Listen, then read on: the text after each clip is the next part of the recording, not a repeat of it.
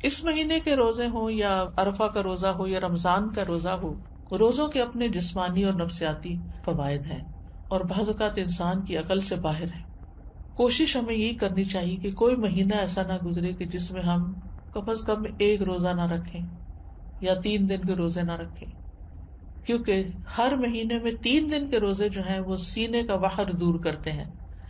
عمرو بن شرحبیل سے سنن نسائی کی روایت ہے، نبی صلی اللہ علیہ وسلم سے کہا گیا کہ ایک آدمی ہمیشہ روزے رکھتا ہے. آپ نے فرمایا کاش وہ کبھی کھانا نہ کھاتا اور مر جاتا.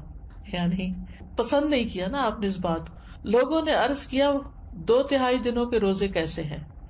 2/3 یعنی ایک مہینے کا 2/3. آپ نے فرمایا یہ بھی بہت زیادہ ہے. انہوں نے کہا نصف دنوں کے. آپ نے فرمایا یہ بھی زیادہ ہے. 2/3 نے 20 دن روزے اور 1/3 ہیں 10 دن کے روزے. پھر فرمایا میں تمہیں وہ روزے نہ بتاؤں جو سینے کا کینہ دل کے مفاسد دور کرنے کے لیے کافی ہیں.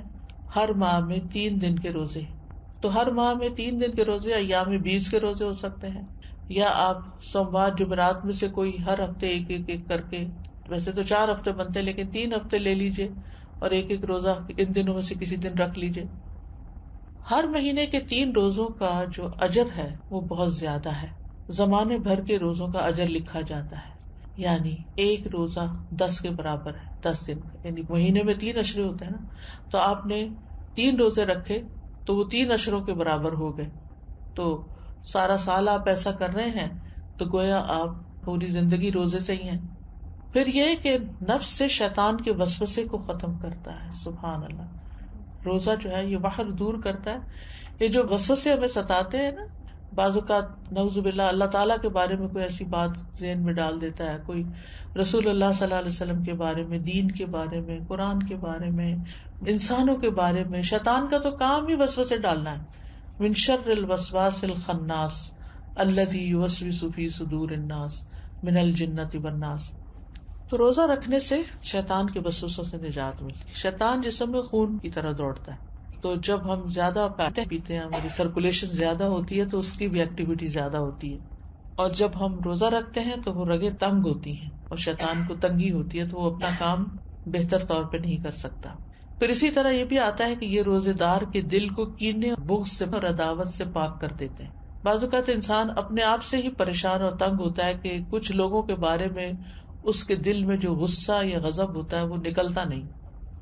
اسی ہفتے ہم نے سورۃ محمد میں اللہ یخرج اللہ اضغانکم، ضغن کی بات پڑھی اور ضغن کی تعریف بھی پڑھی کہ ایسی نفرت جو انسان دل سے نہ نکال سکے، یعنی وہ دل کے اندر رہے. کسی انسان نے کبھی زندگی میں آپ سے کوئی زیادتی کر لی، انسان ہونے کے ناطے زیادہ ہی زیادتی کر لی، اب وہ آپ کو کبھی بھولتی نہیں اور آپ بار بار اپنے آپ کو یہ یاد دلاتے ہیں میں تو اس کو کبھی بھول نہیں سکتی، اس کو میں نہیں بھول سکتی، یہ تو میرے حافظے سے جاتا ہی.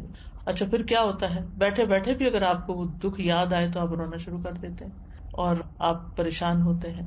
تو ایسے سارے بوجھ اتار دینے چاہیے دل سے، یعنی بجائے اس کے کہ انسان ان کو پالے اور غمگین رہے اور پریشان رہے، ہلکا پھلکا رہے. لیکن یہ اتنا آسان نہیں ہے. اس میں ایک تو یہ ہے کہ انسان اپنے آپ کو پازیٹیو اسٹروکس دے کہ میں نے معاف کر دیا، میں معاف کر دوں گی، میں اپنے دل سے نکال دوں گی، مجھے اس سے کچھ لینا دینا نہیں، مجھے اس کا بدلہ نہیں لینا، میں اس کو معاف کر رہی ہوں، اللہ مجھے معاف کر دے، میں اپنے دل سے نکال رہی ہوں.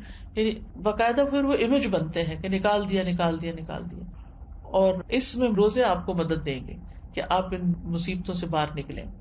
پھر یہ روزے دل کو نرم کرتے ہیں، سختی ختم کرتے ہیں، پریشانی اور کدورت کو دور کرتے ہیں، سینے کو خوشی سے بھر دیتے ہیں. یعنی انسان کے جسم کے اندر کچھ ہارمونز ایسے پروڈیوس ہوتے ہیں کہ جو اس کی تکلیف کو دور کرتے ہیں، نہ صرف جسمانی بلکہ اس کے ساتھ ساتھ پریشانی بھی دور ہوتی ہے. دل کے غم اور رنجیدہ ہونے کا مؤثر علاج ہے.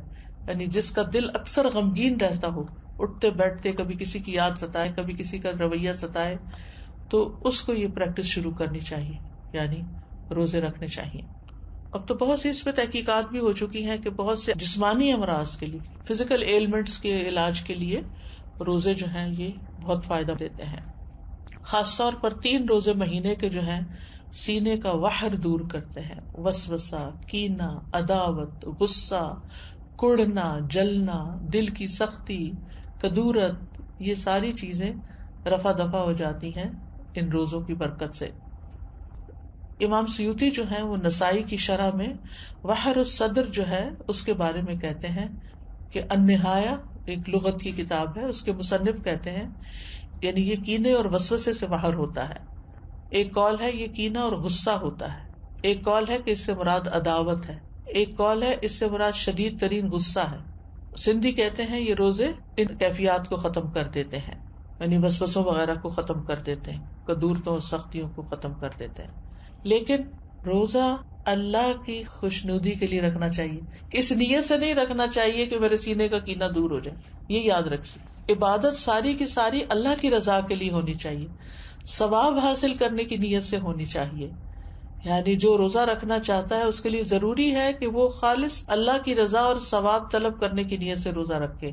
جو صرف بیماریوں کی شفا کے لیے روزہ رکھے گا یا وحر دور کرنے کے لیے روزہ رکھے گا تو وہ قبولیت کی شرط کو کھو دے گا، کیونکہ جو کام اللہ کے لیے نہ ہو وہ فائدہ نہیں دیتا.